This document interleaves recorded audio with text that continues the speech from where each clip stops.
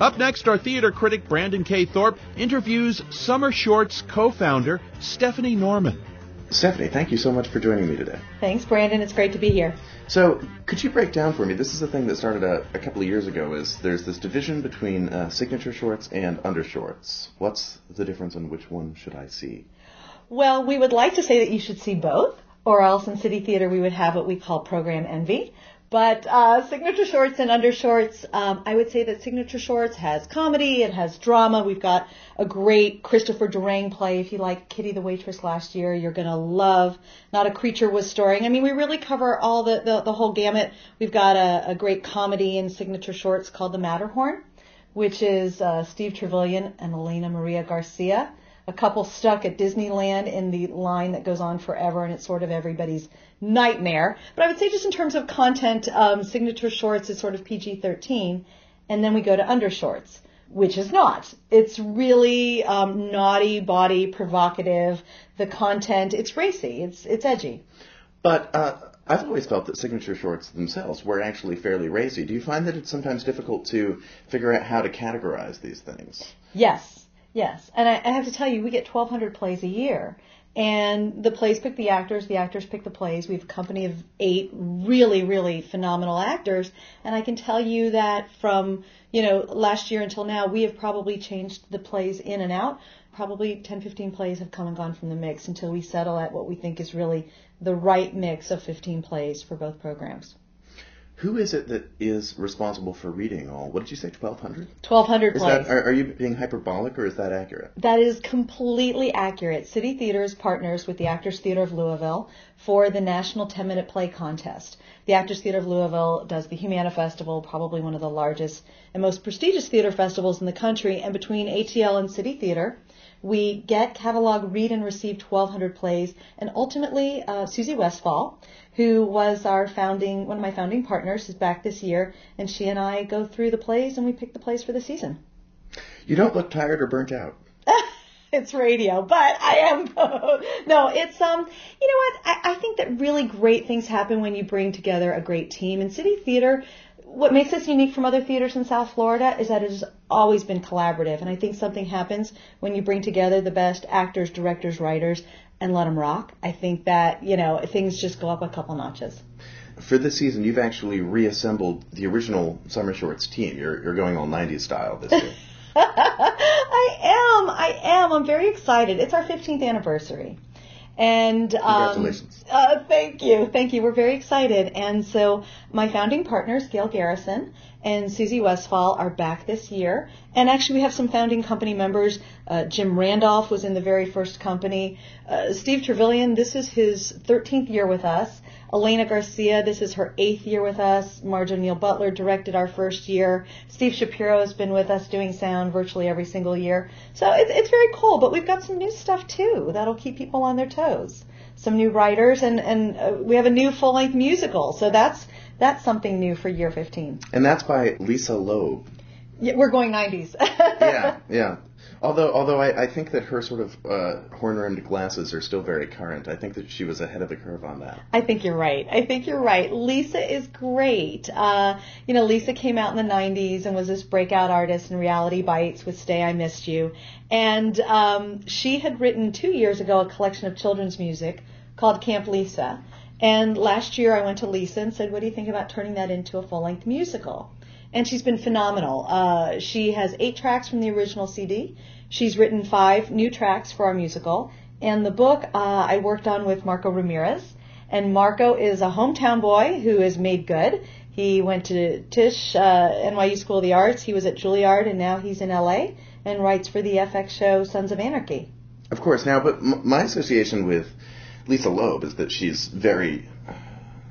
I think of her as being sort of very earnest and, very, very almost wholesome, whereas I think of Marco Ramirez as sort of this, I don't mean this in a bad way, but sort of a literary perv. He writes about vampires and Satan. Sometimes it's unclear if he's writing a play or playing a video game, or reading a comic book. Or reading a comic book, right. And so I just think that's going to be such a fascinating combination when those two things collide. It has been really fascinating. I think you're absolutely spot on in terms of the styles. And Lisa totally surprised us because, her music is very, I don't want to say folksy, but I mean, it's beautiful and lyrical and melodic. And she came out of the gate, and the first song she wrote was this song called Camp Rules, which is very Spring Awakening, very, electric guitar and all that. And yet Margot, who writes stuff that I think is really, smart and savvy and hip, for Margot to write a children's musical, I can tell you as a parent taking my kids to see shows, I am not going to be bored watching Marco's musical because it is hip and funny and current, and bringing them together, I think it's a great dynamic. I really do. I'm really happy that you're getting the opportunity to do something this exciting because, I mean, it's been a hard year, and this has not been a great year economically in which to start whole new dramatic ventures and open new doors. Isn't that the case? It's pretty crazy. Yeah. How has City Theater been hurt by just the tremendous slashes in arts funding? Well, a year ago, if we were sitting here, I can tell you that our state funding was cut. And prior to the commission meeting in October, our general operating support, which is, six-figure number for most arts groups our size, was budgeted at zero by the mayor. And so it's kind of like losing a limb. And what City Theater ultimately, I mean, some of that money was restored, but a lot of that money we have had to downsize. We've had to downsize our staff. And to launch a new musical in a 15th year, I mean, there's a couple things that I really wasn't going to compromise on. And while we may be going from a staff of 5 to a staff of, 1.5, I will never compromise on what we put on the stage. And so the Lisa Loeb musical was going to happen, even if it happened, on a dime, which in some cases it has. And our 15th anniversary season is something that we have a lot of people who've been with us from the start and a lot of people who come back year after year. I think that's really important. I think we need to give them the best festival that we can.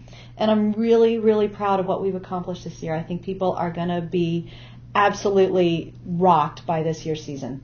Tell me about some of the shows. Well, we have some really funny shows. We've got a great show in Undershorts called Banging Ann Coulter, which is sure to... Is Ann Coulter actually banged in it? She actually is. It is political and provocative, and you're going to see Ann Coulter as you've never seen her before. So that was a very interesting play that we start with. We also this year have a play that I'm going to get bleeped at, but it is actually a play called And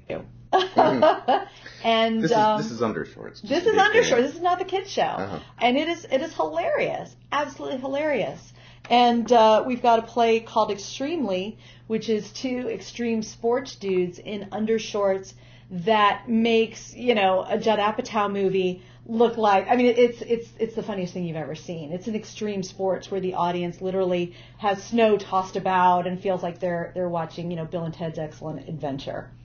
That's exciting. And what about in signature shorts? We've got, you spoke a little bit about the Matterhorn. The Matterhorn, I would say hands down, if you were to ask people who've been coming to the festival for years, it is probably the funniest play we've ever produced. It is the only play this year that we're bringing back. Mm-hmm. It's a revival, and we did that as a gift for the 15th year. I've been going to Summer Shorts for, I think, 4 years now, and I've never seen you bring something back, so I assume it's got to be pretty special. It's got to be really special, yeah. And what is Lobster Boy? What's the idea with that? Oh, Lobster Boy is a one-man piece that is a tour de force for Steve Trevelyan. And Steve Trevelyan is, I think, really exemplifies what Shorts is all about. For people who come every year, he's been dubbed Mr. Summer Shorts. It's a drama. It's a one-man show. It won the Heidemann Award and was done at the Humana Festival this past year. And it is haunting. It's a man talking about a childhood experience he had with his younger brother that ended in a horrible tragedy. And I can tell you it is one of the most haunting plays and one of the most moving performances I think you'll see this year. Sounds wonderful. Stephanie Norman, thank you so much for joining me today. Thank you very much. Pleasure to be here.